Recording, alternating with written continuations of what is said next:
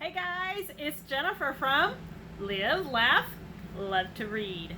Today I'm doing a book review on Malibu Rising by Taylor Jenkins Reid. Look at this cover. This cover is so pretty. I love this blue. Oh, love the color. So I just finished this book like about 20 minutes ago. And I'm giving this book 4.5 stars. 4.5 stars. This was really good. This is Taylor Jenkins Reid's newest book. And I got it from the library. So, let's see. Malibu, August 1983. It's the day of Nina Riva's annual end of summer party, and anticipation is at a fever pitch. Everyone wants to be around the famous Rivas. Nina, the talented surfer and supermodel, brothers Jay and Hud, one a championship surfer, the other a renowned photographer, and their adored baby sister Kit. Together, the siblings are a source of fascination in Malibu and the world over, especially as the offspring of the legendary singer Mick Riva. The only person not looking forward to the party of the year is Nina herself, who never wanted to be the center of attention and who has also just been very publicly abandoned by her pro tennis player husband. Oh, and maybe Hud, because it is long past time for him to confess something to the brother from whom he's been inseparable since birth.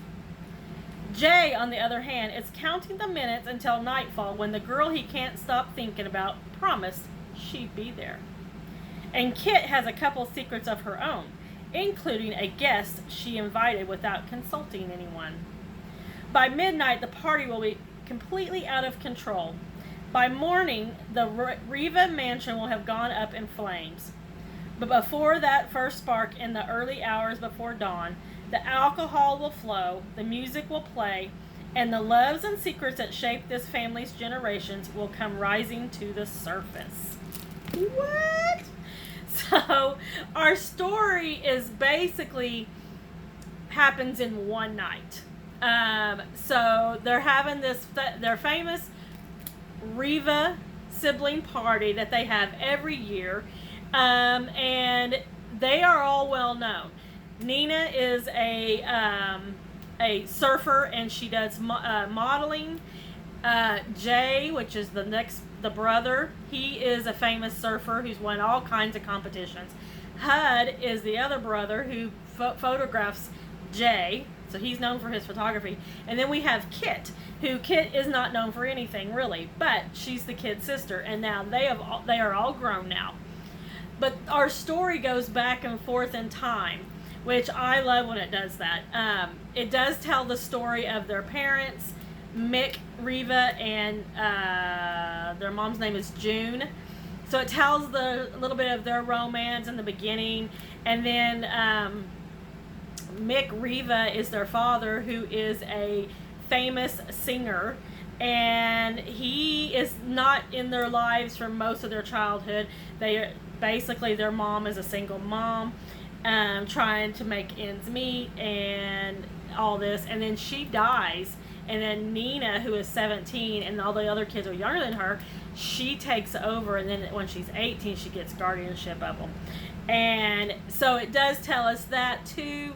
But it's going back and forth because this party that they have every year is happening that night. So it goes back and forth between the past and things that have happened in the past, and then the party starts, and then it's the biggest party ever in the 4 years that they've had it. Every year it gets bigger and bigger and bigger, and they are in Malibu in the 1980s, and so this party is full of movie stars and rock singers and models and all the famous people and everything, and there's a lot of drugs going on, cocaine, LSD, pills, and a lot of alcohol running and everything. So the party gets quite out of control. there's a lot going on in this book, so you gotta pay attention, because there's so many people in it, and there's so many points of view that you really need to pay attention and really get into it and get in it, because if you don't, you're gonna get lost. But it was really good. 4.5 stars. The only reason it's not getting 5 stars from me is that I kind of felt like it needed more. Like it was the 80s. The beginning of the book starts in the 50s and 60s, and goes to the 70s and stuff. But there's not enough. What's the word? Not enough. The author did not pertain. She didn't describe any of the things that went on in the 70s, 50s, 60s, 70s, and 80s, besides the drugs in the 80s. But other than that, there's not really that much reference to, what was going on in the world or anything, or how the world was. And I kind of wish there was, because I would have found that a little more interesting. And maybe Taylor Jenkins Reid, maybe she didn't want to put that in the book. Maybe she was more wanting to focus on the characters, which is okay too. But I needed a little bit more, things that were going on in the world at that time. The references to, I don't know, Pyrex in the kitchen, that kind of thing. Or who the president was at that time. Or maybe how the women were a little bit more,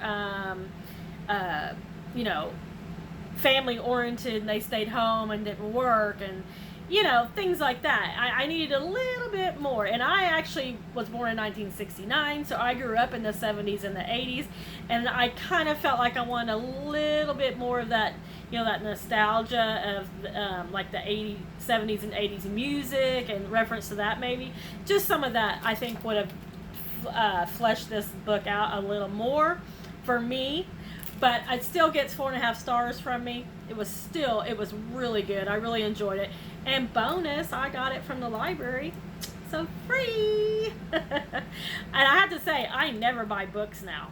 I read books from the library, and I have Kindle Unlimited for free right now, because I bought a new Kindle, so I have that for free right now. And I don't know if I'll actually buy it when it's up.